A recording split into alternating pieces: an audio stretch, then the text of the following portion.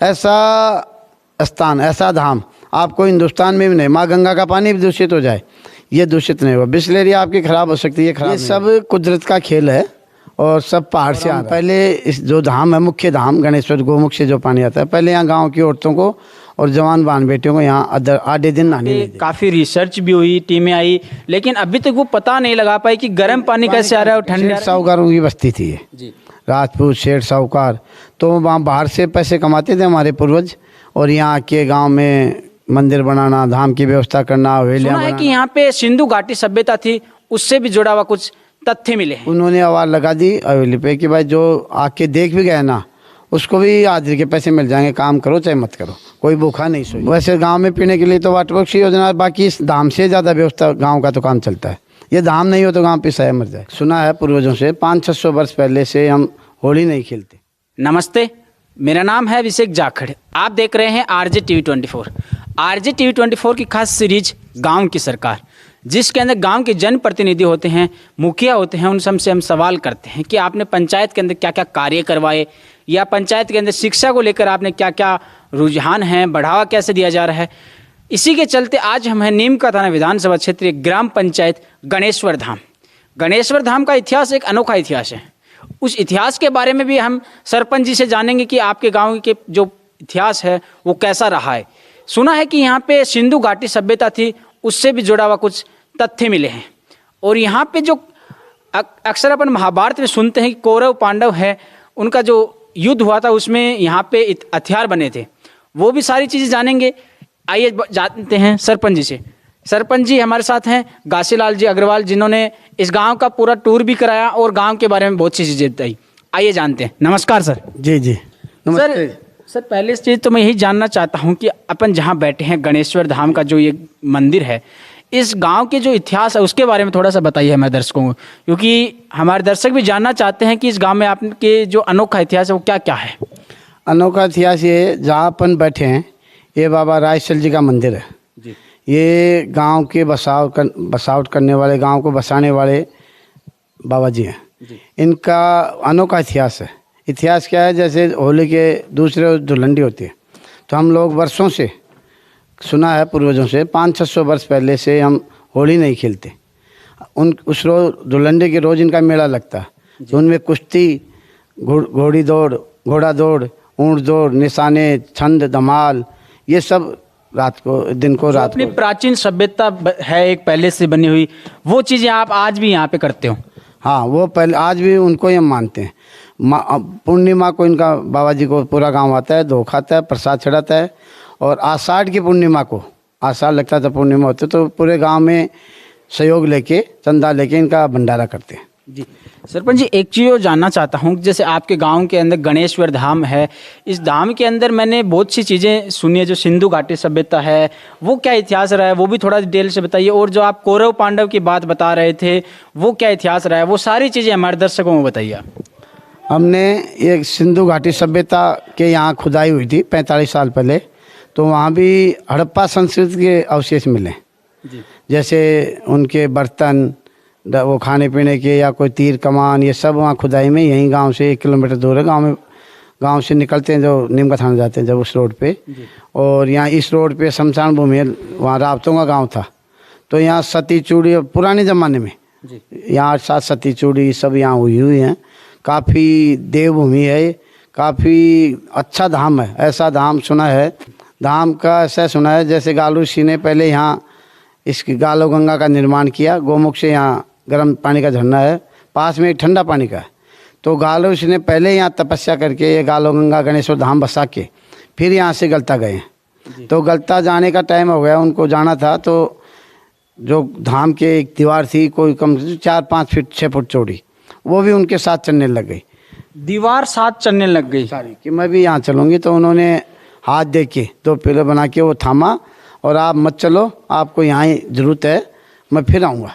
फिर वो ये इतिहास कितना पुराना रहा है? ये कम से कम 600 साल पुराना। 600 साल पुराना इतिहास है ये, मतलब जो आप दीवार की बात कर रहे हो वो टेढ़ी हुई थी। हाँ, बताइए मैंने। जो और वो सरपंच जी एक चीज़ बताइए, जो ये पानी आ रहा है गोमुख से, एक जगह तो गर्म पानी आ रहा है, एक जगह ठंडा पानी आ रहा है, और ये कुंड बने हुए हैं, तो ये पानी आ कहाँ से रहा है?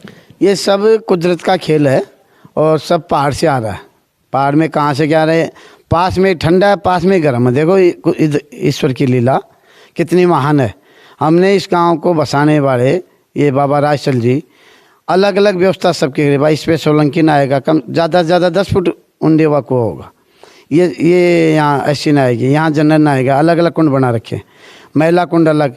और हम पहले इस जो धाम है, मुख्य धाम गणेश्वर गोमुख से जो पानी आता है, पहले यहाँ गांव की औरतों को और जवान बान बेटियों को यहाँ आधे दिन नहाने नहीं देते थे।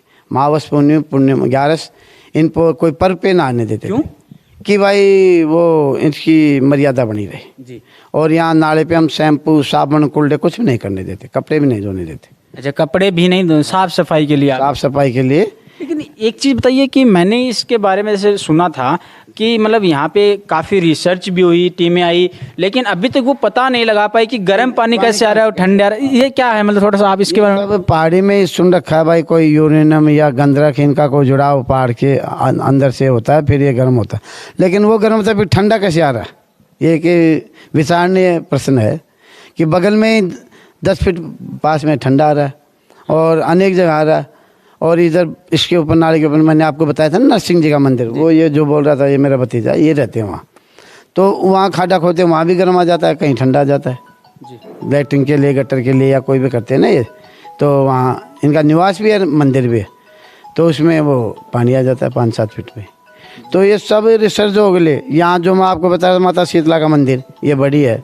जैसे ये अपन राशिल बाबा के मंदिर के पास आए, पुरानी बसावट यहाँ थी जी, हजारों साल से सब परिवार यहाँ होते थे, अब तो वो खंडर हो गए। सर मुझे एक चीज़, जैसे अपन हवेलियाँ देख रहे थे, इधर अपन आ रहे थे राज से बाबा के मंदिर में, तो ये हवेलियाँ हैं, ये हवेलियाँ इतनी बड़ी हवेलियाँ, ये क्या राजघराना रहा है या फिर मतलब आम जन के बसावट? सेठ साहूकारों की बस्ती थी ये जी, राजपूत सेठ साहूकार। तो वहाँ बाहर से पैसे कमाते थे हमारे पूर्वज, और यहाँ के गांव में मंदिर बनाना, धाम की व्यवस्था करना, हवेलियाँ बनाना। ये हवेली जो है सुंदर, ये 56 काल पड़ गया था 125 साल पहले, इतना महाकाल था।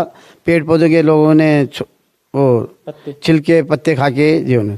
तो सेठ ने सोचा भाई मैं ऐसे हवेली का वो उनके वो पहले फौज पलटन आर्मी का काम था, पहले पलटन बोलते थे, तो उनमें सप्लाई वप्लाई का काम करते थे। तो उन्होंने सोचा भाई गांव का काल भी निकल जाए तो मैं हवेली का निर्माण कराऊँ। तो जो उन्होंने आवाज़ लगा दी हवेली पे कि भाई जो आके देख भी गया ना, उसको भी हाजिरी के पैसे मिल जाएंगे, काम करो चाहे मत करो, कोई भूखा नहीं सोए। इस हवेली का निर्माण कराने का ये मकसद था उनका, मेरी हवेली बन जाएगी, गांव में कार निकल जाएगा। तो इतनी सुंदर आज भी वो, उसमें 2 छते मकान भी हैं उस टाइम के इस हवेली में। मेरा जन्म भी उस हवेली का है। ये हमारे वैसे खुद के पूर्वजों के दूसरे जैसे गोत होते हैं ना, आपके जाखड़ कोई ये बराला ऐसे, वैसे दूसरे गोत के हमारे भाई थे, तो उन्होंने ये हवेली बनाई आर्मी काम के। तो इनको गांव आते थे, नीम का थान उतरते तो इनको गाजे बाजे से लाते थे। विजय वर्गीय परिवार था ये जी। सरपंच जी, आपके गांव के इतिहास बता रहे हो, इसमें जैसे ये पहाड़ी इलाका है, तो यहाँ पे मतलब लोगों को आमदनी का क्या जरिया है? आमदनी का इनका जरिया यही है भाई, पशुपालन, भेड़ बकरियाँ और खेती का। तो अब देखो ना कुदरत की लाले, यहाँ पहाड़ पे पानी है, नीचे पानी नहीं। अच्छा, नीचे पानी नहीं है? नीचे इतना पानी। तो इसके लिए क्या व्यवस्थाएं हैं? वो सब मतलब अभी जैसे वैसे गांव में पीने के लिए तो वाटर वर्क की योजना, बाकी इस धाम से ज़्यादा व्यवस्था गांव का तो काम चलता है। ये धाम नहीं हो तो गांव पिसाया मर जाए। अच्छा, अगर गांव के ये धाम नहीं हो तो गांव में पीने के पानी की व्यवस्था नहीं हो? वाटर वर्क का तो 3-3, 4-4, 5-5 दिन से पानी आता है। तो ये सरकारी जो तंत्र हैं वो कुछ नहीं करवाते? सरकारी तंत्र का भी जैसे जल जीवन मिशन में भी चैन रखा, तो होते होते जैसे ऊँट के मुँह में जीरा, वैसे काम चल रहा है। अब कब करेंगे, कैसे करेंगे, ये 3-4 टंकियाँ हैं। अब ट्यूबवेल कर दिया तो उनमें कनेक्शन नहीं हुआ, कनेक्शन हो गया तो लाइन नहीं पड़ेगा। जब डलवाएंगा भी, आपका इंसाफ का टेलीफोन आ रहा था मेरे पास जी, कि वो आपकी ट्यूबवेल में खुदाई थी तो गहरे गांव वालों ने उन्हें पत्थर भर गए ट्यूबवेल में। कई असामाजिक तत्व होते हैं ना, गांव के लोगों ने पत्थर भर दिए। तो वो क्यों? उनके लिए तो फायदा है ना गांव के लोगों की सोच ये कि भाई ये काम नहीं हो, गांव पे परेशान हो, सरपंच की बदनामी बंदे और ये व्यवस्था नहीं बनी जी। सरपंच जी, एक चीज़ और बताइए, गांव में अपन जैसे इसमें आप इतिहास की बात तो बहुत सी चीज़ें बताई थी, लेकिन गांव में अब 21वीं सदी चल रही है, तो गांव में शिक्षा को लेकर कैसा बढ़ावा है? शिक्षा यहाँ खूब मैं सन 95 से यहाँ खुद पद पे भी रह रहा हूँ। 3-4 बार मैंने ग्राम पंचायत का, कभी पंचायत समिति, कभी सरपंच दूसरी बार हूँ। अब वर्तमान में भी मैं सहकारी समिति का भी अध्यक्ष हूँ। मैं खुद, मेरी धर्मपत्नी है सरपंच, मैं पूर्व सरपंच हूँ। और शिक्षा का यहाँ सीनियर सेकेंडरी स्कूल है, राजकीय प्रवेश का स्कूल है, मिडिल स्कूलें हैं। शिक्षा और यहाँ पे चिकित्सा का भी, यहाँ अभी पहले पीएचसी थी, अभी ये कांग्रेस सरकार आने के बाद में सीएचसी सामुदायिक स्वास्थ्य केंद्र बन गया। अच्छा, सीएचसी बन गई। और यहाँ पुराना औषधालय भी है आयुर्वेद का, उसमें हमारे वैद्य श्री प्रदीप कुमार शर्मा हैं, काफ़ी वर्षों से 30 साल से, वो भी गौशाला का भी संभालते हैं और वो औषधालय का संभालते हैं। गौशाला की बात की तो फिर लंपी महामारी की भी जिक्र कर लेते हैं। लंपी महामारी, इसमें कितनी गायें मरी आपके गांव में? और जैसे बात करें तो आपने इनके लिए क्या क्या प्रावधान किए? लंपी महामारी से हमारे संकट तो गौ माता पे आया खूब, लेकिन ज़्यादा नुकसान नहीं हुआ। 10 गाय मरी हैं, कुछ तो आवारा ज़्यादा मरी हैं, 2-4 गौशाला की मरी हैं। तो गौशाला वालों ने भी, भामाशाहों ने भी, उन्होंने वो चूरन काढ़ा बना के और वो देसी उपचार से, और हमारे यहाँ पशु चिकित्सालय भी है, पशु डॉक्टर भी रहता है, उन्होंने भी पूरा उपचार करके और उनको बचाई, नुकसान नहीं हुआ। ग्राम पंचायत ने जहाँ भी जैसे कोई लंपी से गाय की मृत्यु हो चुकी तो उन्होंने तुरंत उसको जेसीबी द्वारा, ट्रैक्टर द्वारा उठा के दफनाना, सारी व्यवस्था ग्राम पंचायत ने अच्छे ढंग से की। सरपंच जी, एक चीज़ और बताइए कि जो ये गणेश्वर धाम है, यहाँ आसपास के लोगों में तो बहुत इसकी आस्था है, लेकिन दूर दराज से आने वाले लोग इसे क्यों आए कि यहाँ पे मतलब देखने आए या फिर आस्था के लिए क्यों आए? आप इसके लिए 1-2 शब्द बताइए। इसके लिए यूँ आते हैं लोग, गांव में तो आस्था है ही, गांव में नहीं, आसपास में कोई 20 पूरी तहसील में है जी। पूरी तहसील के अलावा आस पड़ोस की जो हरियाणा से भी लोग आते हैं। यहाँ बाबा रामेश्वर दास जी जो टीबा बसे में बसे हैं, वो डोशी के थे, वो बड़े संत थे। उनका धाम इतना बड़ा है, कोई 100-200 बीघा में, इतना अच्छा आधुनिक, आपके जयपुर दिल्ली में नहीं होगा, अक्षरधाम मंदिर में ऐसा धाम है। तो वो भी यहाँ तपे हुए हैं, उनकी भी आस्था यहाँ थी बाबा रामेश्वर दास जी की। वो नाले पे आते थे पूर्णिमा को, और वहाँ से भी फिर ज़्यादा बड़े हो गए तो आना नहीं हुआ, तो वहाँ से भी नाले के लिए, धाम के लिए अगरबत्तियाँ, प्रसाद सब बेचते थे। अच्छा। और आस्था इसलिए आते हैं, ऐसा स्थान, ऐसा धाम आपको हिंदुस्तान में भी नहीं। माँ गंगा का पानी भी दूषित हो जाए, ये दूषित नहीं होगा। बिस्लेरी आपकी ख़राब हो सकती है, ये ख़राब नहीं होगा। और माँ गौमुख से ये निर्विरात 24 घंटे गर्म पानी का झरना ऐसे चलता रहता है। कितना भी थका हुआ, कितना भी बीमार हो, नाले का तो इसकी सारी बीमारियाँ, थकान दूर हो जाती हैं।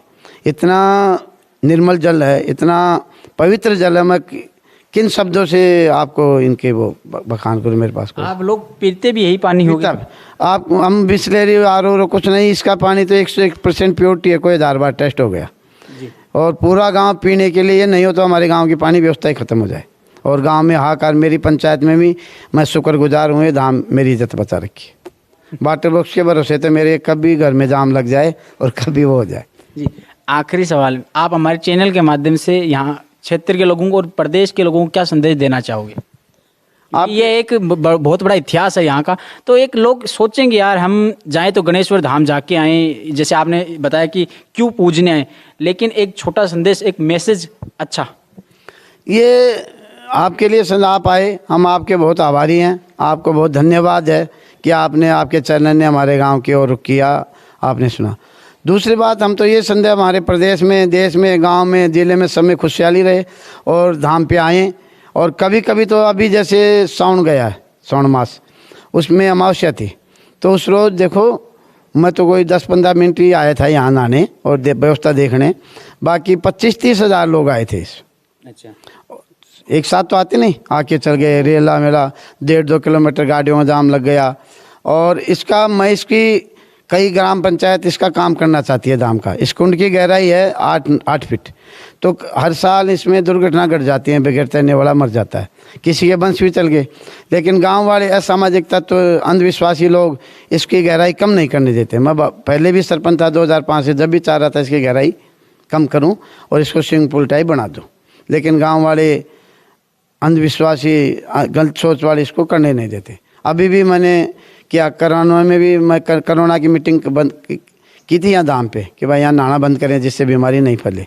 तो गांव वालों ने तो ये सोच रहे ये दोबारा सरपंच आ गया, बीच में चुनाव हुए थे, बीच में कोरोना आ गया, तो अरे ये तो भरवाने की मीटिंग है। तो उन्होंने हो लगा, अरे भाई आप शांति रखो, भरवाने कोई मीटिंग है, तो ये महामारी से लड़ने के लिए ये विश्व की समस्या है, तो इसको नहाना बंद करने के लिए ये आपको समझाने आए हैं।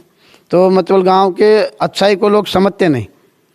अब जो जनता है ग्रामीण भोली है, अच्छी है, जो सोच विचार अच्छी है, वो तो मेरे को चुनती है।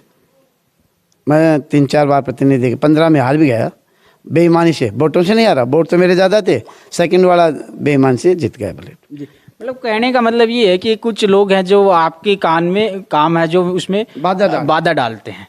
जी, शुक्रिया सरपंच जी आपको। तो आपने देखा कि गणेश्वर धाम जो कि एक अनोखा है अपने आप में, यहाँ का इतिहास है, जैसे सरपंच जी ने बहुत सी चीज़ें बताई, और इसके बारे में डीपली जानना हो तो आप जुड़े रहिए RJ-TV24 पे। RJ-TV24 जल्द ही एक ऐसी सीरीज लेके आ रहा है जिसमें जो भी धार्मिक स्थल हैं उन सब के बारे में इतिहास बताएगा। बहरहाल इस वीडियो में इतना ही। जय हिंद, जय राजस्थान।